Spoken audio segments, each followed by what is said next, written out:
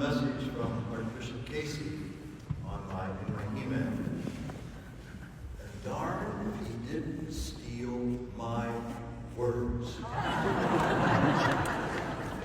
Or maybe it's good that I'm on the same page with the Archbishop.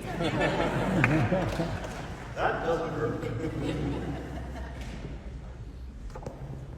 I don't know how he knew I was going to begin with a reflection on O little town of Bethlehem. In those dark streets shine an everlasting light. Isaiah, in the first reading this evening, speaking to people 700 years before the birth of Jesus, sees his world too as covered in darkness. He called it the land of gloom, and people had a yoke burdened them. And Isaiah was saying a day will come when the light went that low, and the light will cast away the gloom and the darkness. In that little town of Bethlehem, though, despite the fact that the light is shining, it talks about all the fears, the hopes and fears of all the years before and following. Somehow, all the hopes and fears meet in that little town of Bethlehem around the birth of this baby.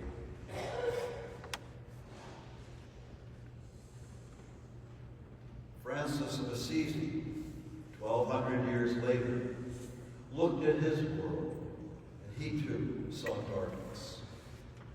He saw a growing divide between the haves and the have-nots. He saw such a disregard for people who were poor and sick. He saw the greed that was infecting his society. He saw the sluggish faith of people. And he desired to bring that light and to bring that hope, to lift it up. And so, on that one Christmas at Reggio, he gathered together, like outside now, the donkeys and the ox. We don't have an ox. Sheep and the dogs probably from the neighborhood. And he recreated that scene so that again, people could look in, gaze at this baby, and maybe catch a glimmer of light.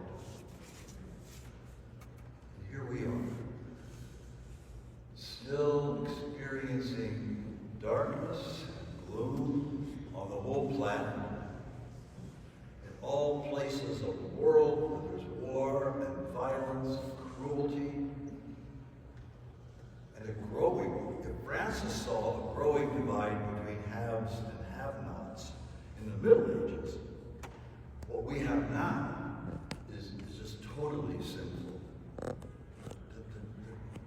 great gap that we're experiencing in wealth. So we too, our planet, our own nation, the streets of our city have their own share of darkness.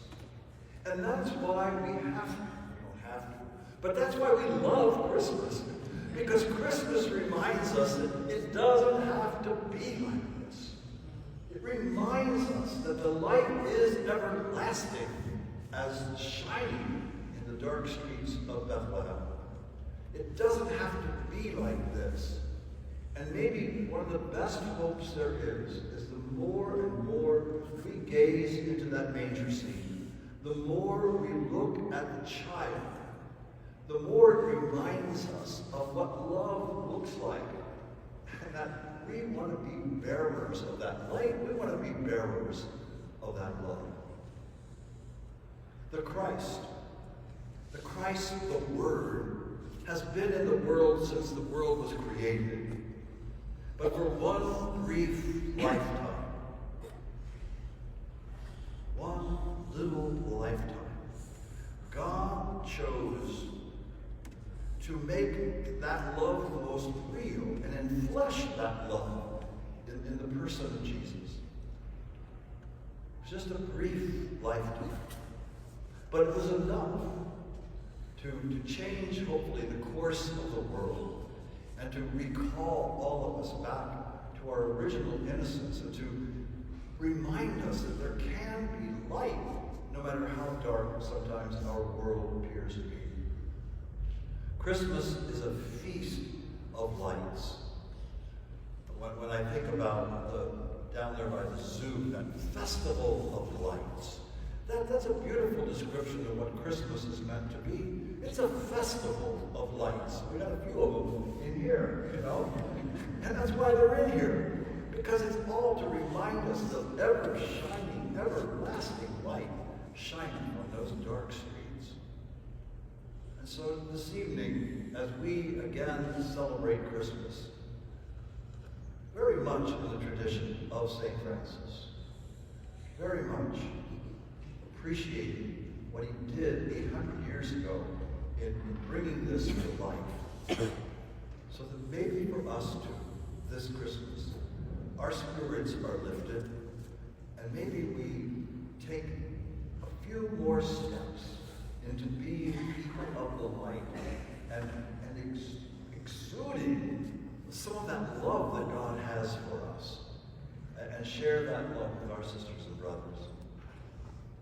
So this evening, our celebration, even though there's gloom in the world, but it's not gloom, because Christ is with us. And we celebrate that presence of Christ, how very, very real in everybody sitting in this church this evening. We are the body of Christ. We are the presence of Christ to each other. And we'll also share in that special Eucharistic presence of Jesus in communion time. So today, let's rejoice. And let's hope that the light and the enthusiasm, the peace, the joy that we experience in Christmas is something we carry with us well beyond this Christmas Eve and Christmas Day. But bring it more and more into a world that's just longing, I think, for more light and peace. Merry Christmas. Merry, merry, joyful Christmas.